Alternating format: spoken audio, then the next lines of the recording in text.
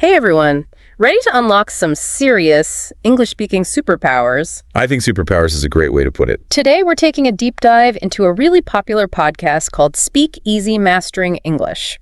We're breaking down their first episode, all about practical tips to help you speak English, more confidently and fluently. Oh yeah, this episode really stood out to me. Yeah. It's all about just getting comfortable with speaking, not getting bogged down with all the, grammar rules and stuff. Right. It's about breaking free from that fear and just diving in. Yeah, totally. Speaking of diving in, their very first tip is speak every day, which I have to admit sounds a little intimidating at first. I get that, but they make a really good point about consistency. Like how we learned our first language. It was just constant exposure and repetition. So it's like building those pathways in our brains for English, even if it feels a bit weird at first. Yeah, exactly. And you don't even need a partner to practice with every day. They actually suggest some, kind of quirky solo methods. Well, they talk about talking to yourself in the mirror. I know it sounds a little strange. Yeah, a little. But it actually can help you get comfortable, hearing your own voice speaking English. It's like having a built-in practice buddy, but without the judgment. Exactly. I like that. Any other solo techniques they suggest? Oh yeah. Another one is narrating your daily activities, in English. It's like you're giving a play-by-play of your day, from making coffee to, taking out the trash. Like turning your life into a documentary, but without all the cameras. Yeah. And of course, they also mention things like AI language partners and language exchange apps. Those can be super helpful too. Oh, for sure. Technology definitely adds a whole new dimension to language learning these days. It really does. Yeah. But even with all the apps and stuff, I think the important thing is to just choose a method that fits your life, and something that you'll actually enjoy. Find what works for you and make it a part of your routine. That makes a lot of sense. Okay, so their second tip from Speakeasy is shadowing imitate native speakers. Now, this one sounds interesting. Yeah, this is a really cool technique. Basically, you listen to native speakers and you try to copy their pronunciation, their intonation, their rhythm, everything. So it's not just understanding the words, it's like capturing the music of the language. Exactly. And there's a cool neuroscience thing behind it too. Like when we imitate someone's speech, we're actually activating mirror neurons in our brain, which are, involved in learning and empathy and stuff. So it's like our brains are literally trying to mirror the speaker's actions, which helps us learn. Yeah, that's the idea. And it's not just about the sound. Shadowing helps you internalize, the natural pauses, the stresses, the things that make English sound like English. I bet some people might feel overwhelmed, though. What if they don't understand every word? That's totally normal. The point of shadowing isn't to understand everything perfectly right away. It's more about training your ear and your mouth to work together, So where's a good place for a listener to start if they want to try shadowing? I'd say start small. Pick a short audio clip or a video, maybe something from a movie or a podcast or even a song that you really like. Keep it fun. Right. And then just focus on listening to how the speaker says things. How do they pronounce each word? Where do they pause? How does their voice go up and down? And then just try to repeat it. Try to sound just like them. Sounds like shadowing takes a lot of focus. It does, but it's a really powerful way to improve your pronunciation and your fluency. Okay, so what about when we mess up? When we make mistakes? That's where their third tip comes in. Yeah. Don't be afraid of mistakes. They actually say that fear of making mistakes can be the biggest thing holding people back. Because we get so caught up in being perfect that we end up not speaking at all. Exactly. They make a great point that, mistakes are how we learn. It's think about how kids learn to talk. They don't wait till they have perfect grammar. They just experiment, they mess up, and they learn from it. It's like shifting our mindset, right? Seeing those slip-ups as opportunities to learn instead of failures. Yeah. The more comfortable we are with making mistakes, the more confident we become. Yeah. So embracing those imperfections is actually a good sign. Totally. Okay, I like that. So we've got speaking every day, shadowing, and embracing those mistakes. What about those moments when we just can't seem to find the right word? It's so frustrating. Oh, I know, right? Well, that's where their fourth tip comes in. Learn useful phrases, not just words. Because sometimes knowing a bunch of individual words just isn't enough to keep a conversation going. Right. This tip is all about chunks. Think of them as pre-made units of language, like phrases or expressions. So instead of trying to build a sentence from scratch, we can use these ready-made phrases. Yes. And they give some great examples like, let me think for a moment, or how do you say? Those are good ones, and I bet native speakers use those all the time. That they do. Learning these phrases can make you sound way more fluent and natural. Plus, it helps you avoid those awkward silences when you're searching for the right word. I used to do that all the time. Get flustered and just give up on the sentence. I think we've all been there. So it's about being resourceful and finding ways to express yourself, even if you don't have the perfect vocabulary. Exactly. And the more you practice these phrases, the more natural they'll become. You won't even have to think about it. It's like building those neural pathways again. Yep. Okay, that's it for part 1 of our deep dive into Speakeasy Mastering English. We've covered some awesome tips so far. Definitely. We've talked about speaking every day, shadowing native speakers, embracing mistakes, and learning those all-important phrases. But don't go anywhere. We've got more fluency-boosting goodness coming up in part 2. Stay tuned. Welcome back to our deep dive into Speakeasy Mastering English. Ready for more fluency-boosting tips? You bet. We've got some really good stuff lined up for you today. Excellent. I know we covered a lot of ground in part 1, but one thing I keep thinking about is shadowing.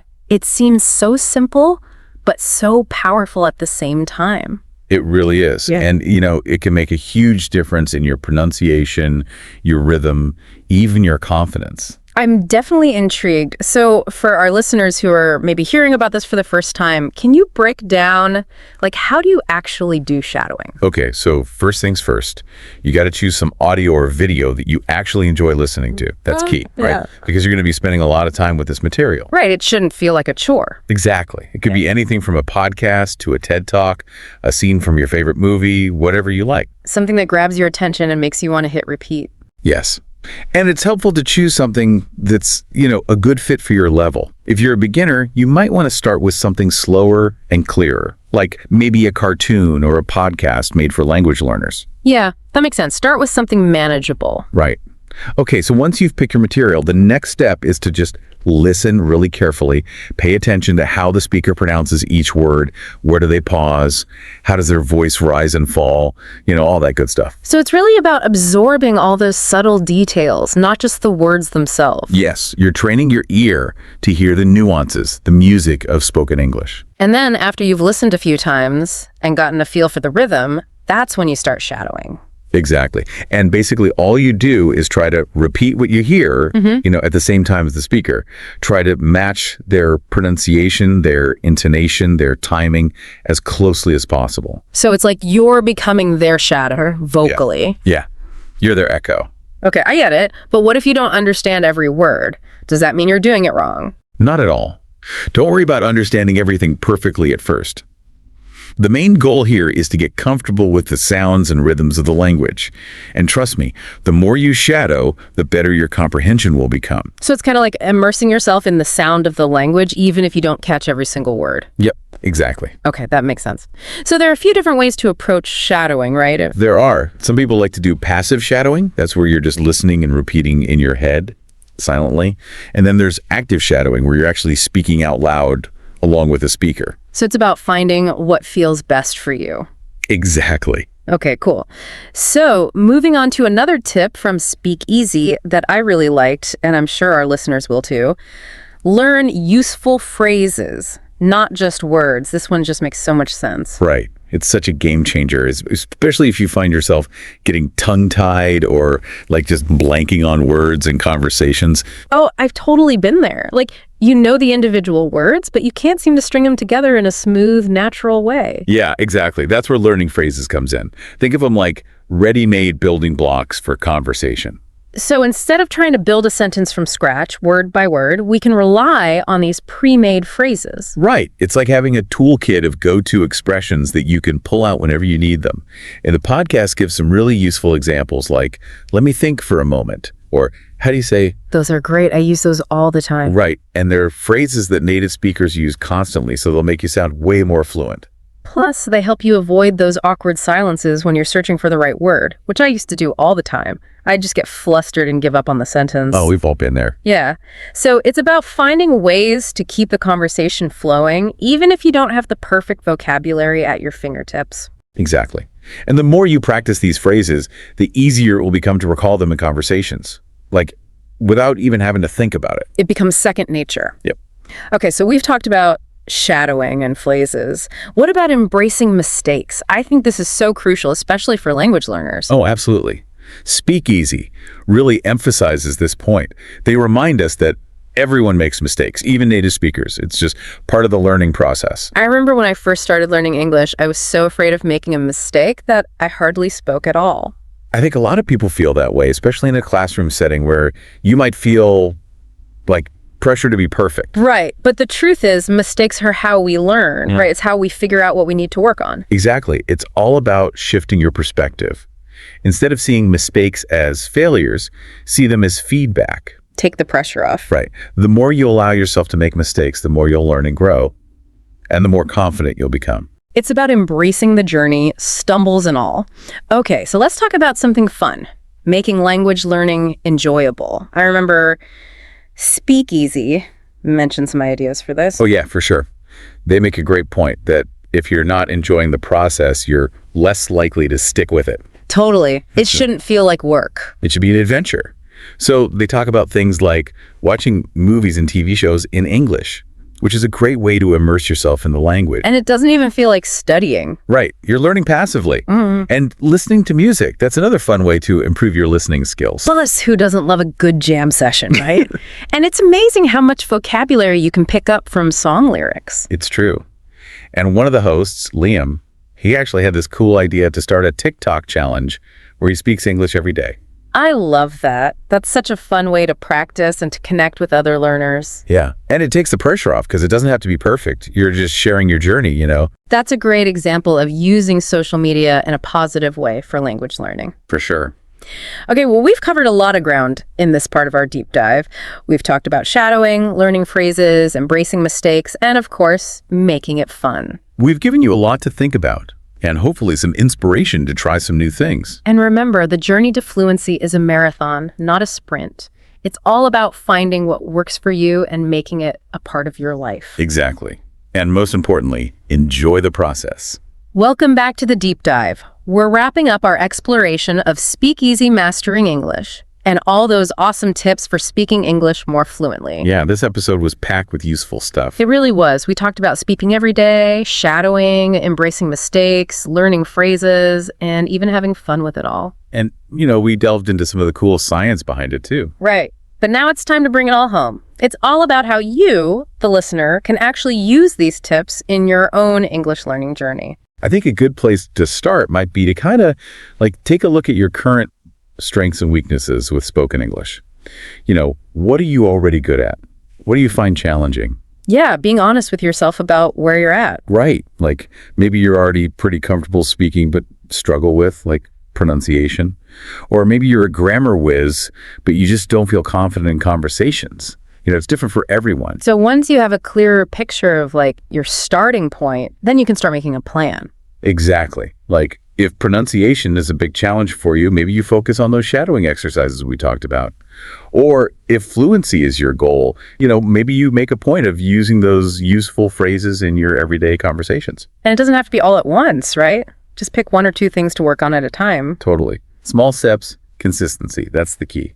And I think it's also important to remember that what works for one person might not work for another. We all learn in different ways. Oh, yeah, totally. Some people love using apps and stuff, and other people learn best by just immersing themselves in the language, watching movies, listening to music. Experiment and see what clicks for you. Exactly. And the key is to make it fun. Because if you're enjoying yourself, you're way more likely to stick with it. Absolutely.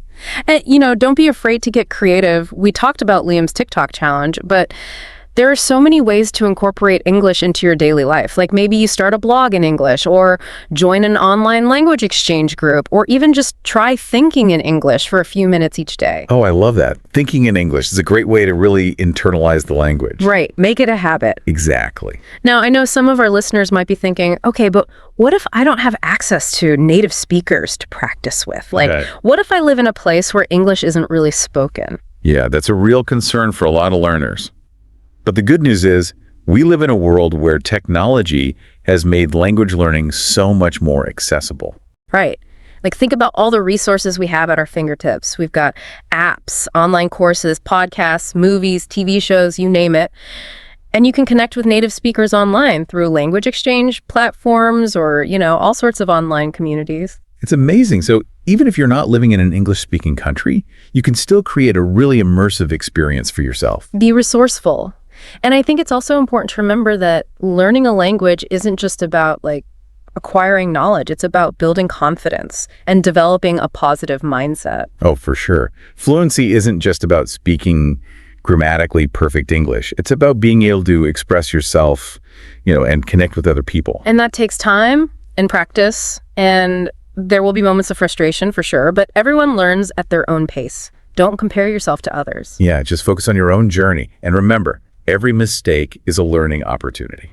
So as we wrap up our deep dive into Speak Easy Mastering English, I have one final question for you. What's one small step you can take today to start speaking English more confidently? Yeah, what's one thing you can commit to doing right now? It could be anything from, practicing a new phrase to shadowing a short audio clip, or even just setting aside 15 minutes to, do some English practice. Any action, no matter how small, is a step in the right direction. And remember, the power to improve your spoken English is in your hands. You've got the tools, the resources, and the motivation. Now it's time to put it all into practice. Embrace the challenge, have fun, and never stop exploring the amazing world of spoken English. Thanks for joining us on The Deep Dive.